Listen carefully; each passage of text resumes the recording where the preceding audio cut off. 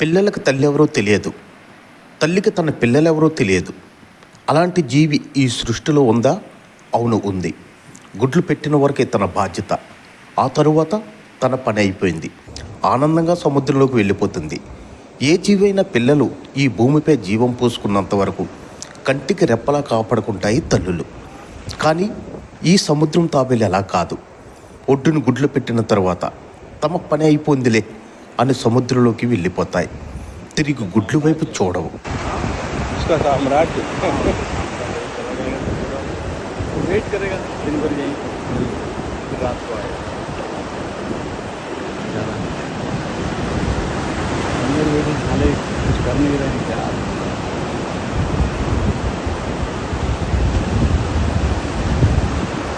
అంటే సముద్రం నుంచి ఇసుక దిబ్బలపైకి వచ్చే నీటి తాబేళ్ళు ఎలా గుడ్లు పెడతాయో ఒకసారి ఈ సన్నివేశాన్ని చూడండి.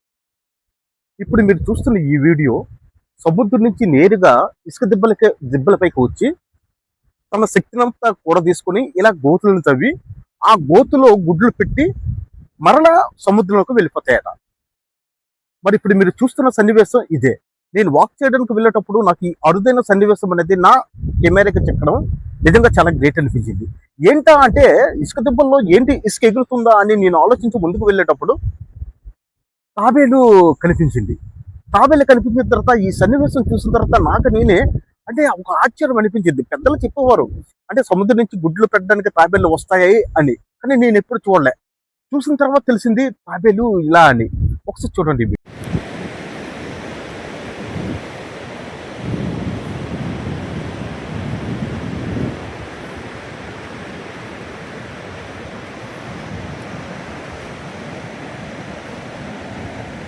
సముద్రం నుండి నేరుగా ఇసుక దిబ్బలపై చేరుకున్న ఆడతాబేళ్లు జాగ్రత్తగా తన శక్తినంతా కూడా తీసుకొని తమ రెక్కలతో సుమారు 1-2 అడుగుల గోతును తవ్వుతుంది. ఆ గోతులో గుడ్లను పెట్టి మొత్తం కప్పివేస్తాయి. ఆ గోతులో ఉన్న గుడ్లు ఎవరికంటా పడకుండా ఉండడానికి, ముఖ్యంగా కుక్కలు నక్కలు కళ్ళు పడకుండా ఉండడానికి ఆ గోతును శుభ్రంగా కప్పివేస్తాయి. ఎలా సముద్రం నుండి వస్తాయో అలానే జాగ్రత్తగా గుడ్లు పెట్టి వెళ్ళిపోతాయి. ఇక్కడ గమనించవలసిన విషయం ఏమిటంటే ఏ జీవైనా తన సంతానాన్ని కాపాడుకోవడానికి చాలా విధాలుగా తప్పిస్తాయి, ఆరాటపడుతూ ఉంటాయి. కానీ తాబేలు అలా కాదు. గుడ్లు పెట్టిన వరకే తన బాధ్యత. ఆ తర్వాత భగవంతునిపై భారం పెట్టి సముద్రంలోకి వెళ్ళిపోతాయి. తాను పెట్టే గుడ్లు పిల్లలయ్యాయా, ఆ అయిన పిల్లలు ఏమవుతున్నాయనే ఆలోచన కూడా ఈ జీవికి ఉండదు. నేరుగా సముద్రంలోకి వెళ్ళి హాయిగా వెళ్ళిపోతూ ఉంటాయి. మీకు ఒక డౌట్ ఉండొచ్చు, గుడ్లు పెట్టి వెళ్ళిపోయిన తాబేలు మరల సముద్రం నుంచి రిటర్న్ వచ్చి ఆ గుడ్లను పొదిగి పిల్లలను చేసి పిల్లలను తీసుకున్న సముద్రంకి వెళ్ళిపోతుందనే కదా అందరికి డౌట్. అంటే గుడ్లు పెట్టిన తాబేలు మరల సముద్రం నుంచి బయటకు వచ్చి మరలా ఎక్కడ పెట్టిందో గుడ్లు అక్కడికి వచ్చి ఆ గుడ్లని పొదిగి పిల్లలను చేసి పిల్లలను తీసుకుని సముద్రంలోకి వెళ్ళిపోతుందనే కదా అందరికి డౌట్. కానీ అలా కాదట. గుడ్లు పెట్టి సముద్రంలోకి వెళ్ళిపోయిన తర్వాత రిటర్న్ అనేది మరి తాబేలు ఒడ్డుకి రాదట. గుడ్లు అవ్వడానికి గాలి, వెచ్చదనం 2 కావాలి. అందుకే ఇసుక దిబ్బలపై గుడ్లు పెడతాయి. ఇసుక దిబ్బల్లో ఉష్ణోగ్రత ఎక్కువగా ఉండడం వల్ల గుడ్లు పగిలి పిల్లలుగా మారుతాయి. విచిత్రం ఏంటంటే తాబేలు గుడ్డుపై పెంకి ఉండదు, మామూలుగా రబ్బర్లా ఉంటుంది. తల్లి సహాయం లేకుండా గుడ్లు పిల్లలుగా మారుతున్నాయంటే భగవంతుడు ఒక్కొక్క జీవికి ఒక్కొక్కలా సృష్టించాడు. ఇసుక గోతులో పెట్టిన గుడ్లు పిల్లలుగా మారడానికి సాధారణంగా 45 నుండి 65 రోజుల వరకు పడుతుంది. ఎప్పుడైతే పిల్లలుగా ప్రాణం పోసుకుంటాయో ఆ తరువాత గోతు నుండి బయటికి రావడానికి 3 నుండి 7 రోజుల సమయం పడుతుంది.